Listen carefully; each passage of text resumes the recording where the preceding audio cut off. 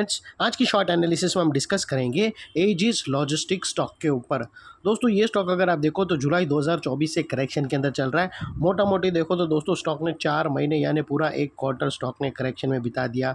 और करेक्शन में भी दोस्तों दोनों तरह का करेक्शन दिया, प्राइस वाइज टाइम वाइज दोनों। पहले स्टॉक ने प्राइस वाइज करेक्शन दिया जहाँ पर ये स्टॉक काफ़ी हद तक डाउनसाइड करेक्ट हुआ। फिर टाइम वाइज करेक्शन के अंदर स्टॉक ने साइडवे कंसोलिडेशन करी, एक स्ट्रॉन्ग बेस बना और अल्टीमेटली उसको ब्रेकआउट किया है। और दोस्तों ये स्टॉक के अंदर एक बहुत बड़ी डाउनवर्ड स्लोपिंग पैरेलल चैनल थी जो एक स्ट्रॉन्ग रेजिस्टेंस का काम कर रही थी। अल्टीमेटली स्टॉक ने उसको ब्रेकआउट किया है। यहाँ पर करेक्शन कंप्लीट के कंफर्मेशन मिले हैं, पॉजिटिव क्लियर डाइवर्शन मिला है और एक रिवर्सल चार्ट पैटर्न मिली है जिसके तहत ये स्टॉक करंट लेवल से अपसाइड में 20% अपसाइड रनअप के लिए रेडी है। लेकिन दोस्तों यहाँ पर कोई भी हमारी बाई सेल होल्ड रिकमेंडेशन नहीं है, ये प्योरली एजुकेशन पर्पस से मैं अपना पॉइंट ऑफ व्यू आप लोगों के सामने शेयर कर रहा हूँ। कोई भी पोजीशन लेने से पहले अपने फाइनेंशियल एडवाइज़र को ज़रूर कंसल्ट कर लेना। फ्रेंड्स, आप लोग देख सकते हो कि ये वो टॉप एरिया था जहाँ से करेक्शन स्टार्ट हुआ था और यहाँ से कुछ इस तरह से downward sloping parallel channel stock के अंदर बनी थी। और जब तक स्टॉक ये डाउनवर्ड स्लोपिंग पैरेलल चैनल में था, स्टॉक प्राइस वाइज करेक्शन के अंदर एंगेज रहा और यहाँ पर back to back lower lows hit हुए। फर्स्ट लोअर लोज यहाँ हिट हुआ, सेकंड लोअर लोज यहाँ पर हिट हुआ और थर्ड लोअर लोज यहाँ हिट हुआ। और जैसे ही दोस्तों ये downward sloping parallel channel upside में ब्रेकआउट हुई, इसने मल्टीपल हायर हाइज को ब्रेक करके उसके अबाउ सस्टेन क्लोजिंग देकर कंफर्म कर दिया करेक्शन कंप्लीटेड। यहाँ पर दो बड़ी चीज़ एक साथ मिली फ्रेंड्स। पहले तो इसने डाउनवर्ड स्लोपिंग पैरेलल चैनल को अपसाइड में ब्रेक किया जिसके वजह से जो स्ट्रेट डाउनसाइड फॉल आ रहा था प्राइस वाइज करेक्शन का, अल्टीमेटली वहाँ पर ब्रेक लग गई। और सेकेंडली इसके अंदर जो back to back lower lows hit हो रहे थे वो स्टॉप होके उसके अगेंस्ट में first time higher highs register हुए क्लोजिंग बेसिस पे, जो हमें कंफर्म करता है कि स्टॉक के अंदर बॉटम लग गई है, करेक्शन कंप्लीटेड और ट्रेंड इसका चेंज हो चुका है। करेक्शन का ट्रेंड बाई साइड की तरफ शिफ्ट हो चुका है। अनलेस एंड अनटिल यहाँ पर कोई नया लोअर लोज ना मिले या फिर पुराने लोअर लोज के नीचे क्लोजिंग ना मिले, तब तक हम यही मानकर चलेंगे कि यहाँ पर बॉटम लग गई है और करेक्शन कंप्लीटेड। और दोस्तों बात कर लेते हैं यहाँ पर डाइवर्शन का। तो फ्रेंड्स, अगर आप MACD चेक करो या RSI चेक करो, आप लोगों को यहाँ पर पॉजिटिव डाइवर्शन मिलेगा। प्राइस एक्शन के जो लोअर लोस हुई है दोस्तों वो डाउन साइड में टिल्ट हुए हैं। MACD के ऑसिलेशन अपसाइड में टिल्ट होकर यहाँ से हमें ब्रेकआउट मिला है जो एक अपसाइड मोमेंटम पंप करेगा स्टॉक के अंदर। और अल्टीमेटली दोस्तों यहाँ पर अगर आप देखो तो हमें एक ज़बरदस्त रिवर्सल चार्ट पैटर्न मिली है, वो है दोस्तों कप एंड हैंडल पैटर्न। और दोस्तों वो कुछ इस तरह से बनी है। दोस्तों अगर आप देखो तो ये कप है और ये उसका हैंडल बना है दोस्तों।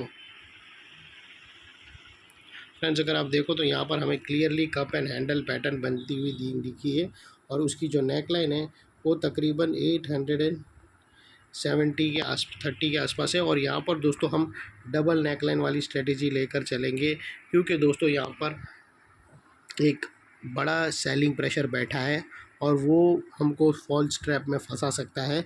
तो उसको फॉल्स ट्रैप को अवॉइड करने के लिए हम यहाँ पर डुअल नेकलाइन वाली स्ट्रेटेजी लेकर चलेंगे।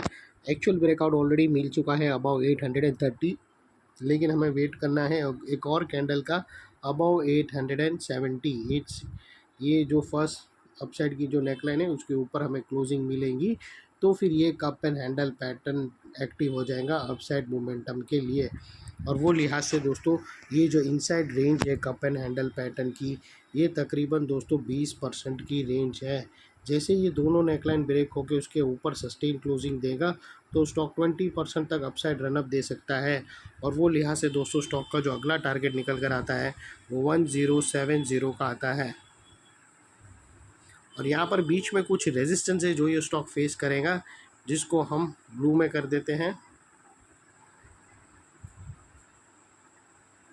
और दोस्तों बात कर लेते स्टॉप लॉस की। तो दोस्तों यहाँ पर मैंने आप लोगों को बहुत सारे वीडियो में बताया कि दो ऐसे वाहिद पैटर्न है जिसके स्टॉप लॉस एकदम फिक्स्ड होते हैं अगर उसका स्ट्रक्चर नॉर्मल बना हो। वो है दोस्तों हेड एंड शोल्डर पैटर्न, जहाँ पर राइट शोल्डर के लो के नीचे क्लोजिंग बेसिस पे स्टॉप लॉस होता है अगर राइट शोल्डर नॉर्मल बना तो। सिमिलरली वही दोस्तों कप एंड हैंडल पैटर्न में भी होता है, अगर कप एंड हैंडल का हैंडल जो है वो नॉर्मल बना है तो उसके नीचे क्लोजिंग बेसिस पे आप स्टॉप लॉस रख सकते हो। और यहाँ पर परफेक्टली फाइन है अगर आप यहाँ पर क्लोजिंग बेसिस पे स्टॉप लॉस रखो, जिसको हम रेड में कर देंगे। तो वो लिहाज से आपका जो रिस्क टू रिवॉर्ड भी रेशियो देखो तो दोस्तों आप लोगों को इतना मेक श्योर करना है कि आपका risk to reward ratio at least 1:2 या मिनिमम 1:1.5 रहना चाहिए। और फाइनली दोस्तों नेकलाइन के पास का ये वाला एरिया बहुत ही इंपॉर्टेंट एरिया बनकर खड़ा होगा जैसे ही दोनों नेकलाइन ब्रेकआउट होंगी, क्योंकि दोस्तों मल्टीपल पॉजिटिव फैक्टर्स यहाँ पर एक्शन में आते हुए मिले।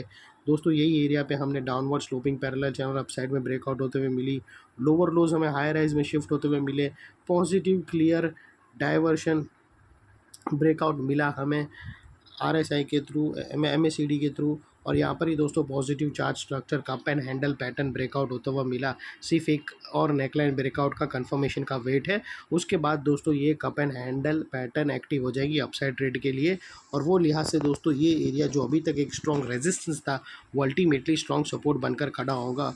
और इतने बड़े स्ट्रॉन्ग सपोर्ट के नीचे क्लोजिंग बेसिस पे आप लोगों का स्टॉप लॉस रहना चाहिए जो आसानी से हिट ना हो।